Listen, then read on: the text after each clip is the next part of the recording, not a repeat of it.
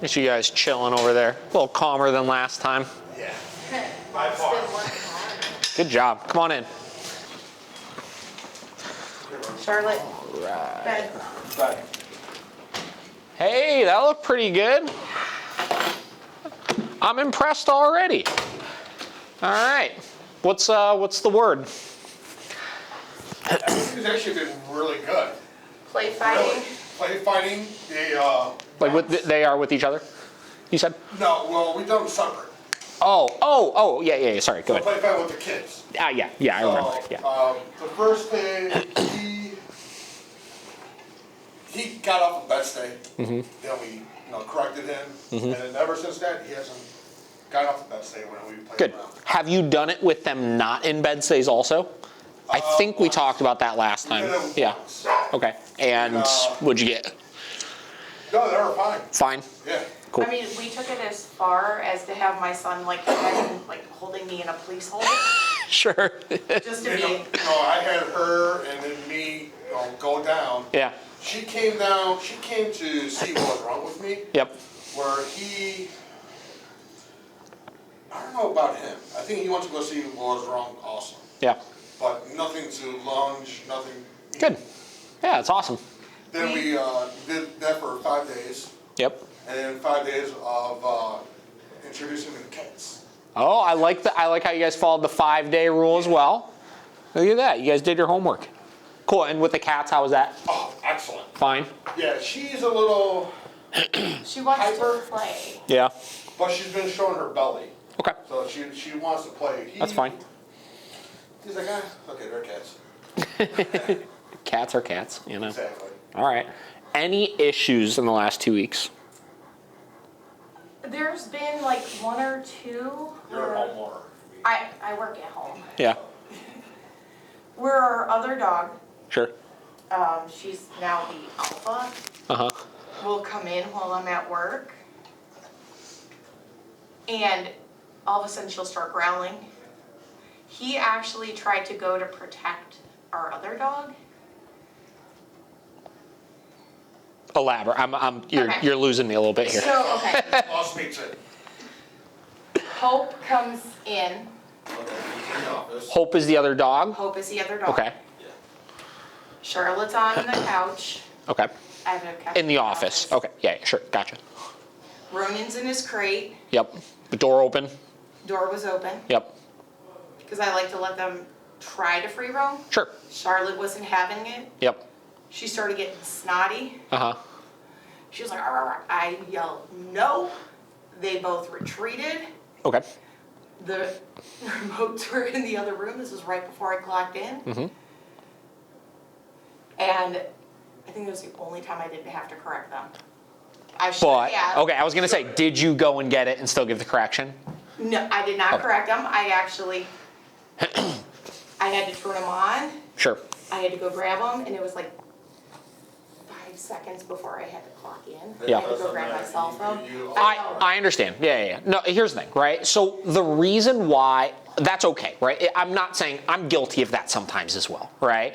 There are times I tell my dogs no and don't correct them. The point is, and this is the good thing, as we're more clear with the dogs, as we're more consistent about always applying that correction after the no marker, et cetera, what happens is in those kind of freak scenarios like you ran into when it's like, shit, we're not ready for this, no, right? You guys are doing something wrong. Everybody stops because they know that correction typically comes. And if we can't, for whatever reason, go give that correction like once in a blue moon, it's okay, it works still, because we've made the connection that we are the ones that are doing this. It has nothing to do with the training equipment, you know what I mean? And that's kind of the importance of this, and that's fantastic. And obviously I wish we still were able to give the correction, but it worked, right? We did our job, which allowed us to be successful in that moment, right? Because they both retreated, they went back to where they needed to. 100%. It was successful. That's awesome. That's really great to hear. Same time, he got bed stay one time. Yeah. I put him back in bed stay. Yep. And I yelled no. The remotes were in the other room. I still went out and got the remote, and Good. I still corrected him. Perfect. Yeah. So, Cool. I did that at a low setting. I got That's a okay. lower setting. I didn't go on a high side. Here's the thing, you know, as far as the setting is concerned, like the level and stuff, it's just whatever works. So whether it's low, whether it's high, as long as it alters their behavior and they cared enough about it, you know, like the level itself is kind of irrelevant at that point. We just, like last time we had kind of discussed, err on the side of higher rather than lower for things, just to make sure it counts, obviously, but that's okay. I feel like if we had the remotes on us and Sure. at the correction, it was right on the spot. Yeah. And high, fine. But if we had to go grab the remote, I try to turn it down a little bit, so. Sure. But still correct them. Yeah. And it's still at a reasonable amount. As long as they care about it, right? Just don't, I don't like the justification of like, because it was a couple seconds later, we turn it down. Now, here's the thing, right? If the level that you turned it down to was still enough where they cared about it, then that's fine, obviously, but don't make it because it was a couple seconds later we turned it down, right? So, but that's great. I mean, it sounds like we're moving in the right direction, so I'm happy about that. The only thing I would say, as far as your scenario you ran into, like with the dogs and stuff, this is where I get into, you know, temporarily eliminating some of those furniture privileges to eliminate some of the guarding tendencies, you know? That's the only place they're allowed on the couch. And that's the place you had the issue, Yeah. right? So that's where, you know, I get into, again, I don't give a shit if they go on the couch in there, right? But right now, because she showed you that when she's on that couch, even if that's the only piece of furniture she's allowed on right now, that she's more likely to get defensive and territorial because this is my couch, this is my only piece of furniture kind of thing, I would go to eliminating that privilege for a little bit until we've really had some success. Then you could kind of implement it back in. Cool. Because they're all sharing the beds. I mean, Good. We have 3 beds right now, and they're rotating. Yeah, awesome. Good. So what we'll do today is I want to work a couple kind of additional distraction related things with them, you know, kind of continue improving on some of those skills and then, you know, kind of see where we're at with stuff. So all she's gonna do, knock on the door, obviously.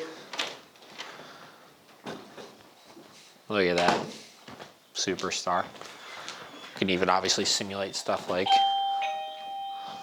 We don't have a doorbell at home. look at her face. She's like, what the heck is that? Vernon's like, nap time? Yeah. Let's try one more time here.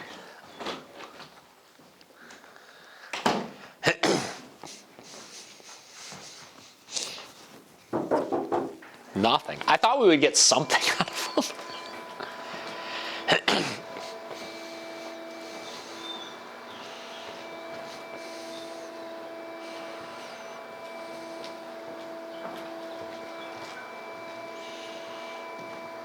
It's pretty good. Hi. I know. He's got to let everybody know he's here. He's beautiful. Yeah, he's a good looking dog.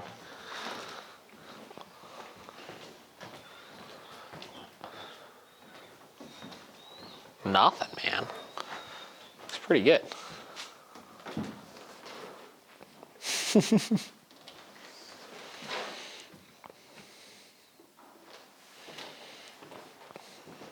Here, I'll hold him. Okay, why don't you grab somebody else? We'll see if we can keep making this a little more challenging. And grab a social dog, because we're probably gonna do a little bit of social with them as well. Oh, he's gorgeous. You're pretty. This looks great. No, down. No, down. It was just a Timberwolf. Yeah. No. Down. Good. Everybody's laying down. Not too shabby. Looks really great. I mean, is the male people come around? They don't come around. I mean, they don't. They're bark. chilling with me in That's my great. office, Yeah. literally. I mean, the only time they would actually bark was when Allie barked. Yeah. Yeah, When Allie barked or Hope barked, they don't even bark that much. No. Okay, let's do this. We're gonna do a little social with them here. I'm gonna take your guys' remotes from you for this. Thank you. Ronan. Labeled perfectly. And I'm gonna have you guys go ahead and you can actually take the leashes off altogether and then just tell them okay. Tell them what? Just okay, release them off. Okay. Okay.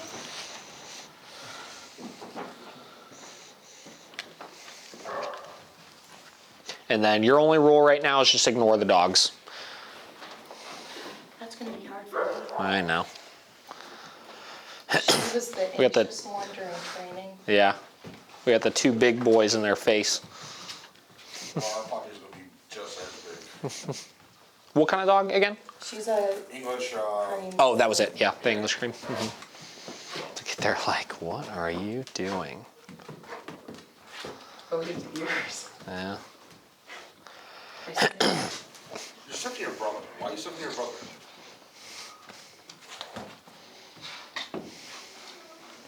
He's like, okay, I'm done. Yeah. I said hi. I'm gonna have you go ahead and move out of that corner there. Thank you. Yeah. I would greatly appreciate that because I was feeling trapped. Yeah. Oh, Charlotte. Can you tell who she feels safe around? Yeah, right. They're like, we don't really want anything to do with this.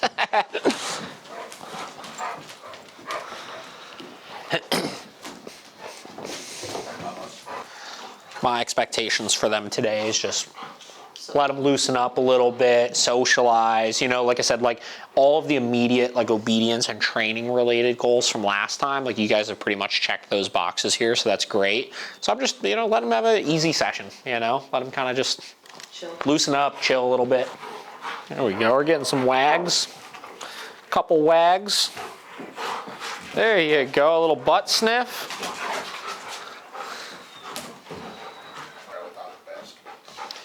Yeah, and initially there's no reason to, you know, let them be successful. Because here's the thing, like even like showing your teeth or growling or this or that, that's not inherently a bad thing. It's just communication, right? Really what it comes down to is what does it turn into when they do that, you know? And sometimes for some dogs that are really nervous, they have to realize that they can communicate before they start opening up, you know, whether that's something positive or something negative or whatever it may be. If they start realizing, wow, like I'm not going to get punished for like anything that I do, they can start to loosen up and actually interact and explore a little bit more. There you go. Charlotte, come here. Let's go. Charlotte. Charlotte, come on. Charlotte. Charlotte. Good.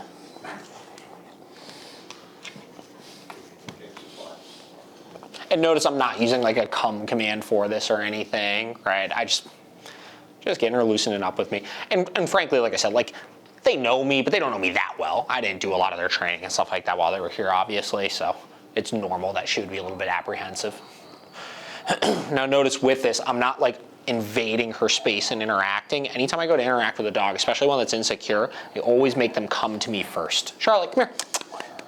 And if they make that contact on their own, that typically makes the process much smoother when you go to interact with them, where 9 out of 10 bites that I see happen are if a dog is nervous and you try to, hey puppy, or like go into their space, it's very, very intrusive and definitely causes a lot of defensive behaviors. Charlotte, come here. Yeah, Charlotte, come on. Charlotte. Charlotte, come on. Good, there you go. And by making her kind of come to me in that situation, what I'm doing is I'm kind of putting her into like a little bit more of a submissive state of mind before I go to interact, which again makes her much less likely to then be territorial or defensive. Good job. You know, did you say that they don't let you do the nails at home? Yeah. Do you have a Dremel? So a lot of this comes down to not so much the atmosphere, but taking away it from making it not optional, you know? Like I'm not like debating with her on like if she's gonna let me do the nails or not. I'm just doing the nails, you know? You're like, no, this is. Yeah, like if she tries to get away, you know, I keep holding the paw, I don't let go, you know? And then she learns, it's just, you have to tolerate it. And I find a lot of people that try to do it at home that don't have success, it's a little too optional, you know? If the dog puts up too much of a fight, they stop as opposed to working them through it, you know?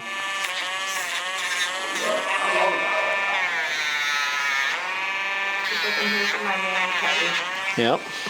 There we go. The front one's done. Get the back couple. Come here.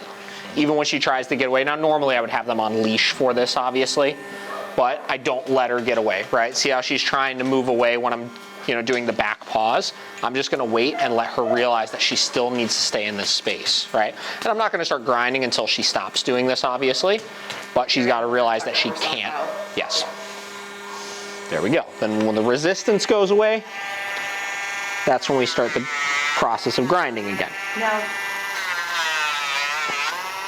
Go ahead. I think that this would be a great thing for you to help with.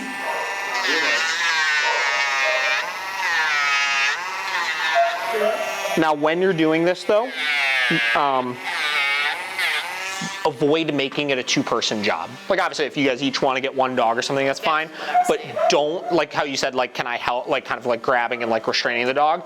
This should always only be a one-person job, because the problem is if one person is physically restraining the dog while the other's trying to grind, the dog is not learning that they can't fight. Because that's the key with this, is she has to learn she needs to stand there and tolerate this, And if we're just physically holding her in place, she's not learning that, right? Which is why I wait until, again, the resistance goes away.